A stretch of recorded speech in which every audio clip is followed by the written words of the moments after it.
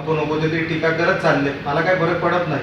मी त्यांना शुभेच्छाच देत आलेलो अजूनपर्यंत माझी आमदारांना.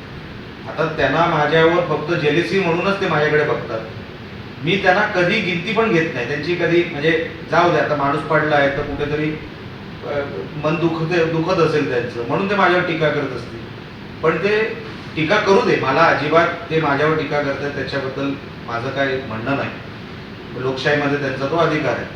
पण बौद्धिक काहीतरी त्यांनी, तुम्ही काय दिलं मागच्या 10 वर्षामध्ये हे पण कधीतरी सांगितलं पाहिजे.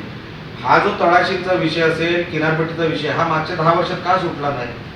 CRZचा विषय मागच्या 10 वर्षामध्ये का सुटला नाही? आम्ही जर म्हणतो आम्ही 70% मच्छीमारांची जमिनी रेग्युलराईज करून देऊ, म्हणजे आम्ही 100% देणार.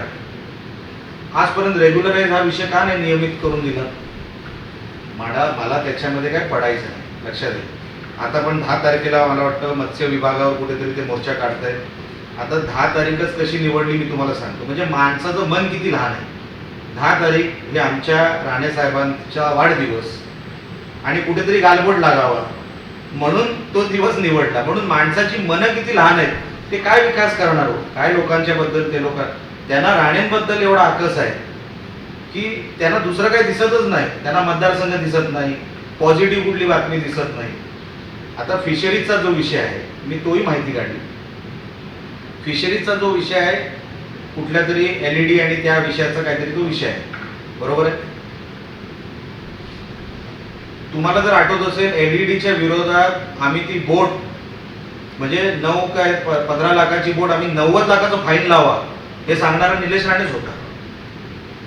मी कधी कोणाला प्रोटेक्शन मिळावं चुकीच्या कामाला असं कधी केलं नाही, कधी करणार नाही. त्याच्यासाठी मला लोकांनी निवडून दिलेलं नाही. जे पारदर्शक आहे तेवढं मी लोकांसमोर ठेवतो.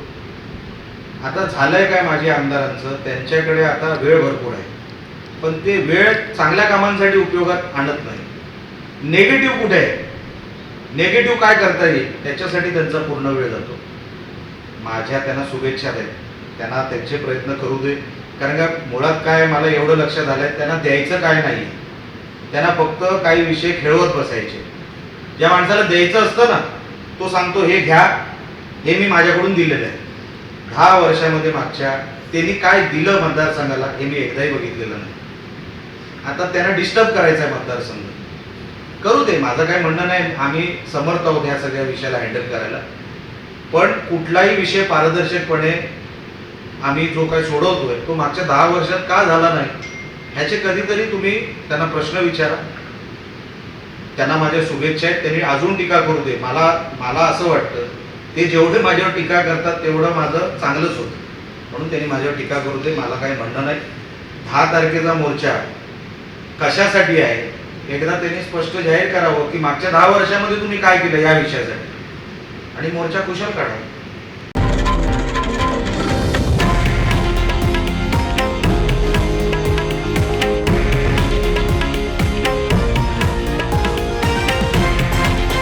हे आहे देशातील नंबर 1 न्यूज नेटवर्क आणि आपण पाहत आहात TV9 मराठी, एकमेव.